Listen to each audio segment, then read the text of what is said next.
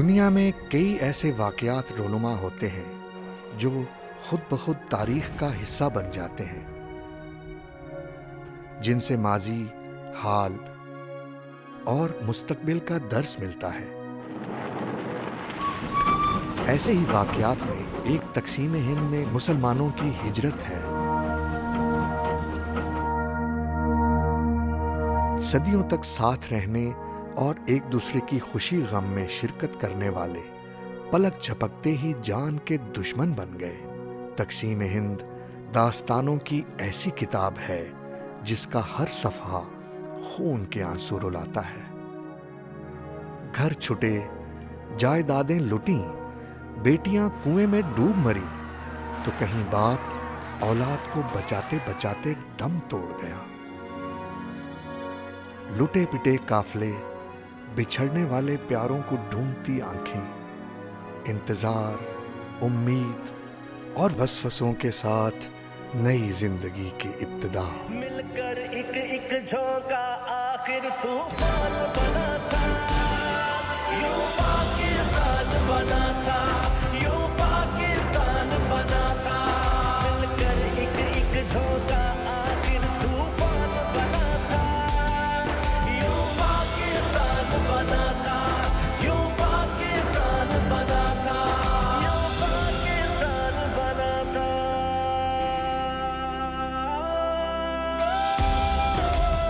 हिजरत की इन्हीं कहानियों में से एक पाकिस्तान के मारूफ सहाफ़ी, उस्ताद और सियासी तारीखदान डॉक्टर मेहदी हसन की भी है, जिनका ख़ानदान पानीपत से हिजरत करके पाकिस्तान पहुंचा था। आइए उनकी कहानी उन्हीं की ज़बानी सुनते हैं।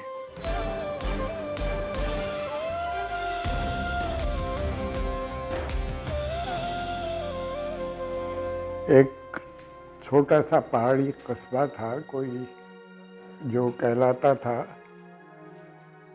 फिरोजपुर झिरका। उधर कोई हिसार वगैरह की तरफ कोई पहाड़ी इलाका था। क्योंकि गर्मियों में 27 जून को मैं पैदा हुआ था, तो पहाड़ पे पैदा हुआ। मुझे जो याद है, 44 में वालिद की रिटायरमेंट हुई थी और वो पानीपत आए थे। अपनी बहुत सी जगहों पे मुलाजमत करने के बाद रेवाड़ी में रहे और कई जगहों पे हिसार में रहे, कैथल में रहे। मुझे तीसरी जमात से अपनी इब्तदाई तालीम याद है, उससे पहले की मुझे याद नहीं है। बड़े बहन भाई जो थे वो सब क्योंकि पढ़ाई में मसरूफ़ थे। बड़े भाई तो सेंट स्टीफन कॉलेज दिल्ली में थे, बड़ी बहन अलीगढ़ में थी। घर में पढ़ने लिखने का पहले से तो बहुत जिक्र था। मुझे याद है पानीपत में हमारे घर फूल रिसाला आया करता था, जो बच्चों के लिए था। तो वो पढ़ने से शुरू हुआ था मैं।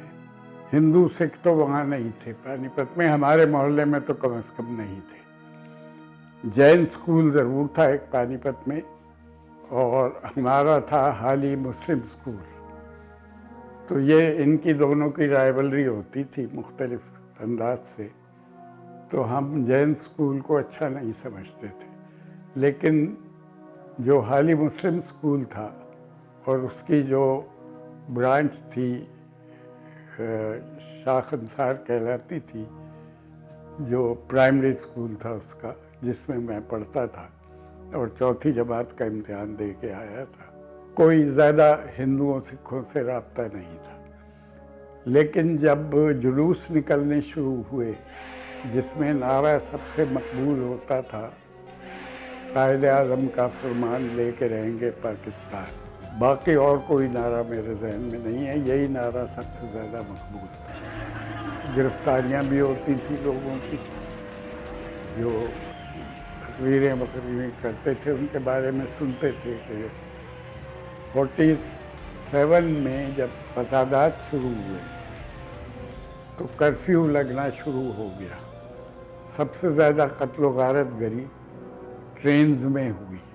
तो हमारी अम्मा रात को उठ जाती थी सोते सोते, क्योंकि जब स्टेशन पे कोई ट्रेन आती थी काफ़ी दूर था हमारे घर से स्टेशन, लेकिन वो एक कर्फ्यू के ज़माने में खामोशी में कुछ शोर स्टेशन से आता था, जो समझ में तो नहीं आता था लेकिन लगता था कि शोर है। तो अम्मा ये कहा करती थी हमारी कि मुझे लगता है कि अज़हर आया है ट्रेन से। अज़हर मेरे बड़े भाई का नाम था मरहूम, और लोग उसके पीछे भाग रहे हैं और कह रहे हैं पकड़ो पकड़ो, ये जा रहा है, ये जा रहा है। ये उनके ख्यालात थे। और जुलूस याद हैं, ऐलान हुआ डिप्टी कमिश्नर की तरफ से, जो छतों पे चढ़ के किया गया, क्योंकि उस ज़माने में मस्जिदों में लाउड स्पीकर वगैरह तो होते नहीं थे। तो मेरे वालिद ने भी छत पे चढ़ के ऐलान किया था कि थोड़ी देर के लिए कर्फ्यू खोला जा रहा है और डिप्टी कमिश्नर का हुक्म है कि आप लोग घर खाली कर दें अपने, क्योंकि शरणार्थियों के लिए यानी हिंदू सिख महाजिरों के लिए घर चाहिए। तो सब ने जो ज़रूरी सामान हो सकता था लेके लोग निकल पड़े घरों से। हमें ले जाके बाहर शहर से मैदान में बिठा दिया था एक, उसमें कोई फैसिलिटीज़ नहीं थी, कोई साया नहीं था, कुछ नहीं था, साफ़ सुथरा भी नहीं था मैदान, ईंटें वींटें रोड़े पड़े थे। जब 14 अगस्त को अखबार आया और सब बहन भाई बैठ के उसको देख रहे थे हम, तो उसमें लाल किले पे इंडिया का झंडा लगा हुआ था तस्वीर में, फ्रंट पेज पे। तो मुझे ये तो तमीज़ नहीं थी कि क्या है ये इंडिया पाकिस्तान का झगड़ा, लेकिन वो झंडा लाल किले पे देख के बाकी सब तो खामोश हो गए, मैं रोने लगा था वो झंडा देख के लाल किले पे। वहाँ पे फिर फौज के कुछ ट्रक आके कुछ लोगों को बोले गए, बाकी लोग ट्रेन के लिए वहाँ से रवाना हो गए। हमारे ट्रक जो थे फौज के, वो कच्चे में चलते थे। पक्की सड़क जो बहुत बारीक थी, पतली थी, वो खाली छोड़ी हुई थी फौज ने, क्योंकि उस पे से मुसलसल पैदल चलने वाले और बैलगाड़ियों में बैठे लोग जो माइग्रेशन कर रहे थे, इंडिया से पाकिस्तान आ रहे थे, वो लोग उस सड़क पे चलते थे।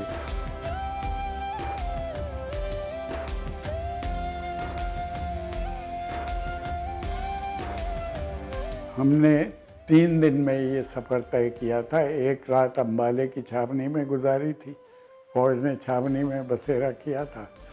हम ट्रक के नीचे सोए थे, ट्रक में से निकल के जो ख़ातीन थी 2-3 हमारे साथ, वो ट्रक के अंदर ही सोई थी। हमें बच्चों को और दूसरे जो 1-2 मर्द साथ थे उन्हें ट्रक के नीचे सुला दिया था हमें। एक रात वहाँ गुजरी, एक रात लुधियाने या जालंधर में गुजरी थी।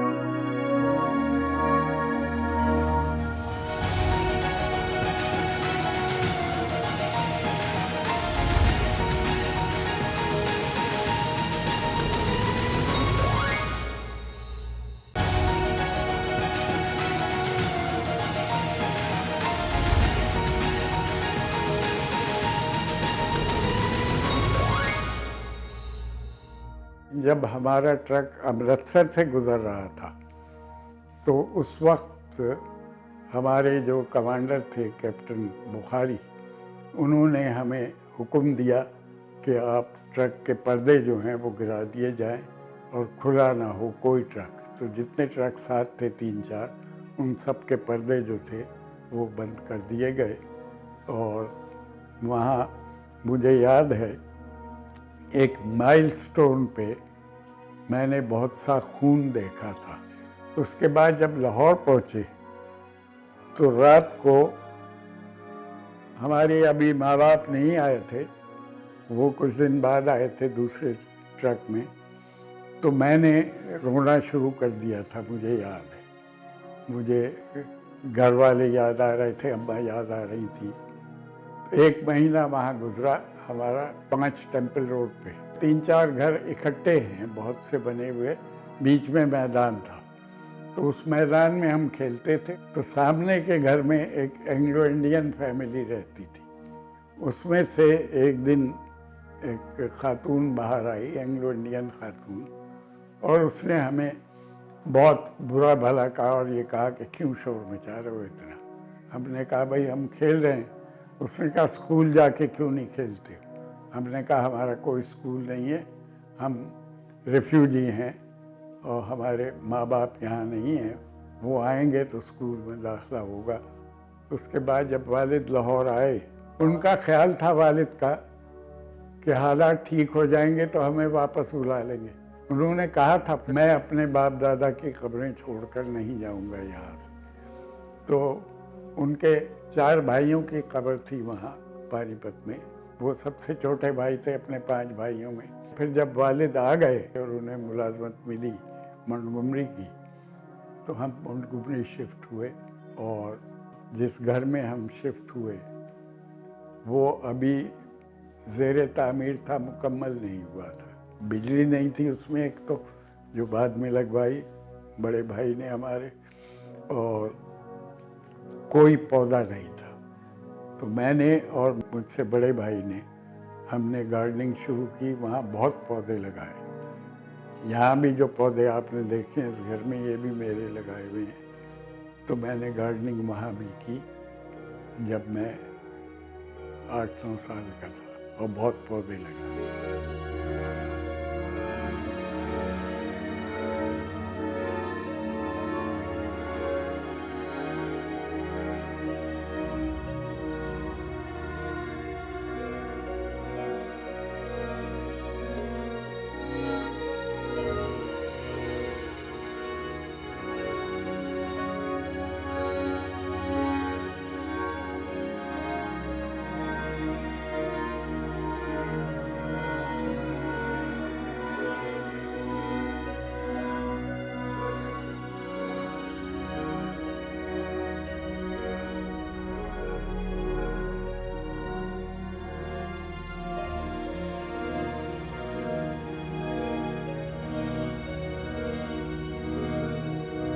1937 के जो इलेक्शन थे, मुस्लिम लीग को सिर्फ 2 सीटें मिली थी उसमें। बहुत बुरी हालत थी मुस्लिम लीग की। उसके बाद कायदे आज़म ने रीऑर्गेनाइजेशन शुरू की थी।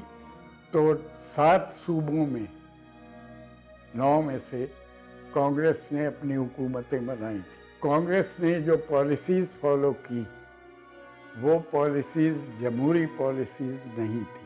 अगर कांग्रेस जमहूरी पॉलिसीज़ फॉलो करती तो 1940 की करारदाद पास ना होती। अगर जमहूरियत पे अमल किया होता कांग्रेस ने तो पाकिस्तान अलहदा करने की ज़रूरत नहीं होती। कायदे आज़म ने पाकिस्तान का लफ्ज़ पहली मर्तबा 1942 में इस्तेमाल किया था। वो भी उस वक्त जब हिंदू अखबारात ने तंज करने शुरू किए मुस्लिम लीग के जुलूसों पे, और ये कहा कि ये तो मुसलमान जो हैं ये पाकिस्तान की तहरीक चला रहे, आज़ादी की तहरीक नहीं है, पाकिस्तान बनाने की तहरीक है। तो किसी जर्नलिस्ट के सवाल पे जिन्ना ने ये कहा था कि if they call it Pakistan movement then let it be Pakistan movement. जहाँ तक तकसीम का सवाल है, एक तो ज़्यादती हुई बाउंड्री कमीशन में। गुरदासपुर जो है वो हिंदू मेजॉरिटी एरिया नहीं था। पहले ये फैसला हुआ था कि डिस्ट्रिक्ट के लेवल पे आबादी देखी जाएगी, फिर उसे कम करके तहसील लेवल तक ले आए, जिसकी वजह से कसूर तकसीम हुआ, थोड़ा सा फिरोजपुर का शहर तकसीम हुआ, गुरदासपुर में भी तकसीम हुई। तो अगर गुरदासपुर पाकिस्तान को मिल जाता, जो बाउंड्री कमीशन की पहली मीटिंग में जो नक्शा बनाया गया था उसमें पाकिस्तान के पास था, लेकिन क्योंकि पंडित नेहरू की माउंटबेटन की बीवी से, लेडी माउंटबेटन से बहुत दोस्ती थी, तो वो उन पे असरअंदाज हो सकते थे। उन्होंने अगली मीटिंग से पहले बाउंड्री कमीशन के जाके उस नक्शे में तब्दीली कराई और गुरदासपुर का पूरा ज़िला जो है वो हिंदुस्तान को दिया गया। अगर वो तकसीम हो जाता तो हिंदुस्तान के पास कश्मीर का ज़मीनी रास्ता नहीं होता। जिन्ना ने 11 अगस्त की तकरीर में ये कहा था, जो पाकिस्तान की कॉन्स्टिट्यूएंट असेंबली की ओपनिंग थी, उस पे जिन्ना के अल्फाज हैं अपने कोट अनकोट में, आप सब आजाद हैं अपने मंदिरों में जाने के लिए, आप सब आजाद हैं अपनी मस्जिदों में जाने के लिए और किसी भी और इबादतगाह में जाने के लिए। इस ममलिकत पाकिस्तान में आपका ताल्लुक किसी भी मजहब, जात या अकीदे से हो, ममलिकत का इससे कोई सरोकार नहीं। तो ये जिन्ना के ख्यालात थे।